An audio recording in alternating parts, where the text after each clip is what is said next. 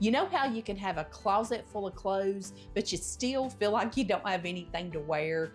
Dinner can be the exact same way. We've got a ton of recipes saved, but when the week starts going, it's hard to pull it all together. That's where this video comes in. I've got your weekly meal plan done for you. I've put together 4 quick and easy dinner ideas. They're not just delicious, they're also budget friendly, full of variety, something for everybody at the table. And hey, I only share 4 because sometimes life says, honey, you're eating cereal tonight. I'm Mel, welcome home. Let's get started. Make a sheet pan meal with some broccoli, potatoes, and some honey mustard pork chops. The first thing I'm going to do is get my oven preheating to 400 degrees, and I'm going to dice up some potatoes. I'm probably got about 3/4 of a pound of these little baby Yukon Gold potatoes, and I'm going to cut them up into sort of, bite-sized pieces. I want all my pieces to be about the same size so they'll cook at the same time, and I want them to cook a little bit quicker, so I'm cutting them in smaller pieces. I'll also be starting these cooking before the rest of my stuff because the potatoes do take just a smidgen longer. Now, you could definitely use cauliflower instead of potatoes for this portion of your meal, but Patrick, he's not a big fan of broccoli and cauliflower like this anyway, and I know he'll enjoy these potatoes. I'm gonna get all my potatoes over here in a bowl. I'm gonna drizzle them with just a little bit of some avocado oil, a little bit of black pepper, a little bit of salt, and I'm gonna sprinkle in a little bit of Italian seasoning. I'm gonna give them a good toss in this bowl. Of course, you could do this right on the sheet pan. I just think it's a little easier to mix them up in the bowl. I've got a nice big baking sheet here, and I'm just going to line it with parchment to make for some easier cleanup. Spread my potatoes all down one side of this, and I'm going to let these cook for about 10 minutes in that 400-degree oven. While the potatoes are starting, I'm just going to take my broccoli and I'm going to cut it up into smaller little florets. I like them in more bite-sized pieces, and we're just going to prep it up to go on the sheet pan when the potatoes come out. Prep it just like I did the potatoes with a little avocado oil, some Italian seasoning, a little salt, a little pepper. I'm not really doing any measurements tonight, but I'll have you a full recipe linked below with detailed measurements and information. Now we're just going to set this aside and make a honey mustard sauce. We're going to start with a 1/2 cup of just a regular yellow mustard. I'm going to use some Worcestershire sauce, 1 tablespoon of it to be exact. And full disclosure, the original recipe that I'm taking inspiration from called for coconut aminos. That's nothing that I have. The reason they were using the coconut aminos is because the way this is originally made, without my revisions, this would have been a paleo, Whole30, gluten-free recipe. And coconut aminos have less sodium than soy sauce. They're a little bit sweeter, and they're gluten-free. And actually, I'm using 2 tablespoons of Worcestershire sauce. I'm also using 2 tablespoons of honey, and if you were doing the Whole30 diet, the original recipe said you could just omit this, or you could take a couple of dates and you could grind them up in a blender, really blend them down, and use that in place of this honey to sweeten it. And if you are interested in the very original recipe that I took inspiration of, look in the notes section of this recipe. Whenever you pull it up, anytime I'm finding inspiration from another recipe, I'll always have the original one in the notes section. Now for apple cider vinegar, we're going to use a tablespoon of this. a tablespoon of avocado oil. I'm going to eyeball about a tablespoon of tomato paste. And once I get this in the oven, I'll show you a neat way that I store a can of tomato paste after I've opened it. I'm also just going to eyeball about a tablespoon of chives. Now let's get all of this mixed together. And we are going to have probably more of this sauce than we need, but that's okay. We will reserve some of it to drizzle on after we're done cooking this recipe too. When I open a can of tomato paste and I don't use it all, I just put it in like a quart size freezer bag and I'll smash it down kind of flat, seal it up and stick it in the freezer. Then when something calls for a tablespoon of tomato paste, I can just pull it out and the tomato paste will just break off super easy when it's frozen. And I've got tomato paste at hand anytime I need it. Now that I've got a good start on my potatoes, I'm just going to take my broccoli and put it right down the side of the sheet pan across from it. Broccoli roasts up and chars up really quickly in the oven. Now I'm going to take my pork chops and put them right down the center. As you can see, these are nice thick ones. Some of them are a little smaller around than others, but these are boneless pork chops. I'm going to season them with just a little bit of salt. Not too much. Our little honey mustard dressing has a lot of flavor in it. I'm going to give it just a little bit of pepper. Now I'm going to coat each chop with some of this wonderful honey mustard. Just using this spoon to dip it out.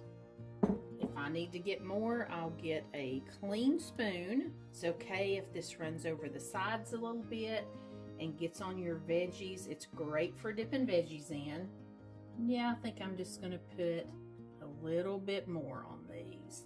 Now that we've got our pork chops and our veggies on, I'm going to put it in that 400-degree oven for about another 20 to 25 minutes.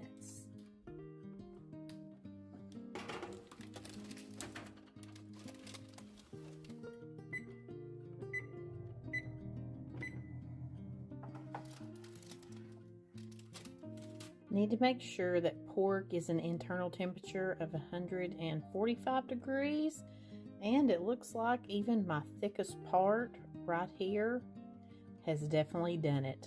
So let's let it rest about 5 or 10 minutes and we'll cut into it.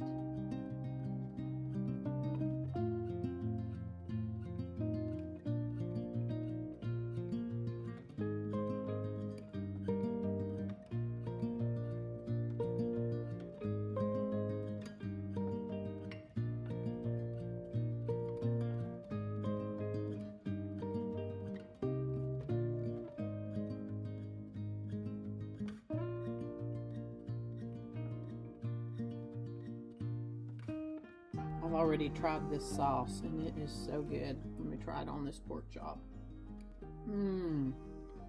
That is so delicious. Very fall tasting. Really good honey mustard. The potatoes are just perfectly done. Starting them a few minutes earlier. Of course, if you wanted to use cauliflower like I said, or if you wanted to use Brussels sprouts, that's another really good veggie that's great on sheet pans because it doesn't take long to cook. It's in season right now. Green beans would be really good on here. Also, squash or even pumpkin again, but those would take a little bit longer to cook. And I love my broccoli charred like this. This one is great, guys. Gotta give it a try. Super delicious. And the pork is succulent. Perfect for fall. You need to give this one a try. Your family is going to love it. Give you 3 guesses what I'm making today. There's already about 3 really big chicken breasts in my crock pot, and I have sprayed it with some nonstick spray. We're making cracked chicken. Crack anything is basically just a recipe that has cheddar, cheese, bacon, and ranch seasoning in it. For my cracked chicken, I like to take a whole envelope of the ranch seasoning packet like you make dressing with. I'm going to sprinkle that all across my chicken. I've got an entire 8-ounce block of cream cheese, and I did kind of chunk it up. Sometimes if I'm just making a little bit smaller batch of this with just a couple chicken breasts, I'll just use maybe half of a block of cream cheese, but these are pretty good sized pieces of chicken. And for right now, that's all we're going to add in. Put the lid on it. I'm going to cook mine on high. It should be done in maybe 2 to 3, maybe 4 hours. You could cook this on low all day long. Once our chicken is done, we'll shred it up and come back to these ingredients. Plus, I'm going to show you just a really fun way to serve this today too. Cracked chicken is probably one of the first Crockpot meals I ever made. And it's an oldie, but it is so good because it's not very expensive to make and it's got such simple ingredients that most of us have on hand. It's been 3 hours. I'm just going to check the temperature of my chicken real quick. Need to make sure it's 165 degrees, and it certainly is. I'm going to leave my chicken in the crock pot, and I'm just going to shred it up with this little mix and chop tool. You could even just take 2 forks down in here and shred it up. Get it all mixed together and get that cream cheese really good and combined. We're also going to stir in a cup of shredded cheddar cheese, and I'm going to use some cooked bacon pieces. You can definitely cook your own bacon. We're going to use about 1/3 cup or 1/4 cup of this and get it all stirred in and combined, and just let this sit here for maybe 20 more minutes or so and get all melted. I bet I made a crock pot full of cracked chicken twice a month when my kids were growing up. I like to make it on Thursdays, and we had plenty of leftovers to get us through the weekend. Everybody loved it. I hadn't thought about cracked chicken in a long time until I saw Kristen Stepp make it a few weeks ago on her channel, and she served it over baked potatoes with a little extra ranch dressing. That pulled on all my heartstrings and every one of my taste buds. I knew I had to make it this week. What's so great about this crock pot cracked chicken is the versatility of it. You can do so many things with it. Classically, we just eat it on a bun, add a little bit more cheese and bacon. But you can eat this with little tortilla chips, just like a dip. You can take flour tortillas and roll it up in it. You can even put it inside of some crescent roll dough and bake it up like a little mini crescent sandwich. You can also use it for a quesadilla filling if you want to fry it up. The possibilities are just endless. We're trying a brand new casserole tonight. This is a creamy sausage Alfredo bake. I cannot wait to give it a try. The only prep work is to dice up an onion, and I'm using just a little medium-sized Vidalia onion. Going to get that out of the way first. Next, I'm going to go ahead and get a big pot of water boiling for my pasta because I don't want to be waiting for a watch pot of water to boil. Back over in my skillet, I've got a couple tablespoons of oil heated up. Going to add my onions in. Just going to saute these a few minutes until they begin to get sort of translucent and softened. Into that boiling salted water, we're going to put in 12 ounces of pasta. I'm using a whole grain penne. I had a 16-ounce box of that, so I'm just going to use about 3/4 of that box. You could definitely use rigatoni or any kind of noodle that's like a tube, because you want that to hold some of the sauce we're going to make. And we're just going to cook this until it's al dente. Then I'm going to reserve about 1/2 cup of this pasta water in case I want to thin out my sauce a little bit later. Now that my onions are pretty well on their way, I'm just going to add in a pound of sausage here. Now, I'm not a big fan of Italian sausage, so I'm not using Italian sausage. But definitely, if you like it, this is the dish to put it in. I'm just using my old favorite breakfast sausage, and I'm just using the mild flavor because that's what I like. If you like hot things, this is definitely a dish that would be good made with some spicy meat and stuff like that, if you like that. I like a little bit of heat, but I like to be in charge of it and control it. Just want to cook this sausage all the way through and really get it nice and crumbled up while it's cooking. And I am going to go ahead, and I'm using a lot of garlic in here. I'm putting about 1.5 tablespoons of some minced garlic in here. Get that all incorporated and let it get fragrant. Now that my sausage is cooked all the way through, I'm just going to remove this cooked meat, onions, and garlic over to a little bowl. You do want to get most of the grease out of your pan, but save about a tablespoon of it to make our Alfredo sauce. I've got my pan cut down to like a medium low here, and we're just gonna melt in 1 stick of butter. I've got my butter all melted down, and I'm gonna put in probably a tablespoon more of garlic into our sauce. We're just gonna saute this up for just a minute. The recipe says to stir in 2.5 cups of heavy cream. I chose to go a little bit lighter, and I'm using 16 ounces of half and half.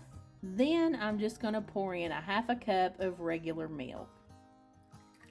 I'm gonna slowly incorporate this mixture together, and we're gonna let it simmer like this for about 5 minutes, just stirring it ever so often. Now we're gonna whisk in about 3/4 cup of grated Parmesan cheese, just the kind in the little green can. Let's give it just a little bit of salt. Doesn't need a whole lot, but I do like to put some black pepper in here. Get it all whisked together and let it thicken up just a little bit here. I mentioned I'm not a lover of super spicy things, but I am going to put just a few little flakes of red pepper in here. That'll just give it just a little snippet there of flavor without adding too much heat. This is looking really, really good. Smells even better. Let's start assembling all these pieces together. Today I'm going to be smart, and I'm going to assemble everything in the largest pot. If you're new here, sometimes I don't always think ahead of myself like that. Let's pour in our Alfredo sauce here. Now we're going to put in our sausage and onion mixture. We're also going to stir in 1 cup of mozzarella cheese. Now let's just get to combining everything together. This is going to feed an army. This is an awful lot of food. I will definitely be taking some of this to share with my parents and my in-laws. I love that mozzarella melt. Look at that. Oh gosh. Now we're going to pour all of this mixture into a greased 9x13 casserole dish. My dish is actually a little bit bigger than a 9x13, but I don't think that's going to be a problem here. This is a lot of sausage and pasta. We're just going to cover the top with about another cup of mozzarella cheese. And this is definitely not on my diet, but I'm just going to watch my portions on it and do the best I can here tonight. I like to sprinkle a little bit of Italian seasoning over the top of any kind of dish like this, and we're going to bake it in a 350-degree oven, maybe 30 minutes, maybe not that long. Everything in here is cooked. We just want it to get warm, the cheese to melt, and get brown and bubbly. As soon as I saw this recipe, I couldn't get my mind off of it. Couldn't wait to try it. So let's try a bite. That is really, really good. Super good. I always make a recipe pretty much just like it says the first time I make it. And that's really good. You could make this with ground beef. Patrick loves the sausage though. I would say this one thing I would add, which I think that is what's throwing me off about the sausage, is some cream cheese, because sausage and cream cheese, that just seems to go together for me. But this is pretty delicious, I have to say. The longer it sits here, the better I like it too, because the first bite I got was pretty hot. Now, something else that I need to show you guys that you asked me about. I'm going to put a little bit of this back. You got to make it look pretty, you know, for the channel, but I don't need to eat that much. You guys asked me about my salads, and that tickles me to death because I love salads. Y'all are always asking me, like, what are these little things like that? And you see sunflower seeds and stuff on my salads. I love the crunchy bits. I love these little salad toppings from McCormick's, crunchy and flavorful. I buy these. I've been buying these for years, and I love them. I really like that the McCormick has sunflower seeds, and that looks like probably imitation bacon bits, and I don't know what all's in there, but I really like that McCormick has all of these. Something we just finished off tonight are these crispy red peppers. And if you like the little charred red peppers that come with the Chick-fil-A salads, this is them. And Walmart is the only store I've ever been able to find these at. And we have 2 Walmarts in our town. I can only find them at one of them. So they're kind of like a little unicorn. And speaking of the Chick-fil-A charred tomato crispy red bell peppers, I had a feeling that I would definitely be getting me a Chick-fil-A meal before this video came out. And I wanted to show you this little salad that I fix up. This is just a side salad, and it comes with the little charred tomatoes. Then I order the 5-count chicken nuggets, and I cut them up in little bitty tiny pieces. Then I just top my salad with these nuggets. I love the garden herb ranch. I also like the avocado lime. I try not to use all of this dressing, but even if you do use the entire packet, this little meal is 600 calories. Most days I don't eat breakfast, especially if I know I'm going to be out running errands. And then I can grab this on my way home, and this is a totally filling lunch.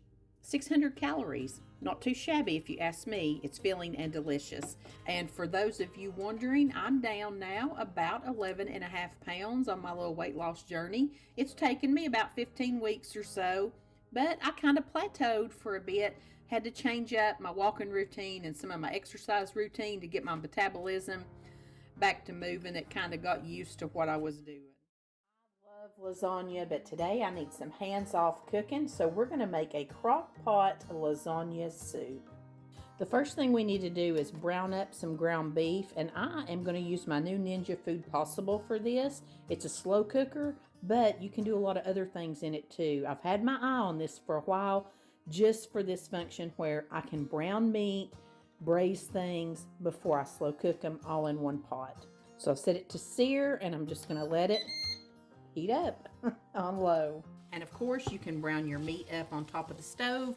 I just knew my regular watchers of the channel here would know this was not my usual crock pot. Now that I've got that broken up, I'm going to go ahead and put in this small sweet onion that I've diced up. I am going to use a little paper towel just to get up any excess grease that might be coming off of my meat here as it's cooking up. Going to go ahead and season this meat up with about a half a teaspoon of black pepper, and I'm going to throw in a couple of nice generous spoonfuls of minced garlic. It is lasagna we're making after all. Now let's get all this seasoned up and let that garlic cook about a minute. Now that you have your seasoned meat, onions, and garlic in your crock pot, we're going to pour in 6 cups of low sodium beef broth. Now just add in your favorite 24-ounce jar or can of pasta sauce and a 28-ounce can of crushed tomatoes. Now let's put in a nice generous tablespoon of Italian seasoning. And I'm going to go ahead and give this one initial stir to get all this incorporated. Now we're going to add in 8 ounces of our uncooked lasagna noodles. I love these little Mafalda noodles. I've searched every grocery store in my town. I've never been able to find these in any grocery store in my town, but lo and behold, one day I was at Trader Joe's in Knoxville and they sell these. So if you can't get your hand on these cute little miniature lasagna noodles, it is perfectly fine just to take a regular lasagna noodle and break it into pieces. That's how I've made this soup for years on top of the stove.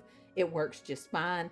I just think these are really cute, especially in lasagna soup or a skillet lasagna. Let's get all of this stirred in together, making sure all of our noodles are submerged in this tomatoey broth. Now let's pop the lid on this crock pot. I'm going to set mine to cook on high for 3 to 4 hours. This can definitely go on low for 6 to 8. It'll hold just fine. You might be thinking, well, there is my meat sauce and there is my noodles. Where's my cheese? Well, here comes the cheese. We're taking about a cup of a ricotta cheese, about a half a cup of Parmesan cheese, about a half a cup of mozzarella cheese, and about a teaspoon of Italian seasoning. We're just going to mix all of this together, and I'm going to set it in the fridge. Then when we're ready to serve up our soup, I'll show you how we work this cheese in.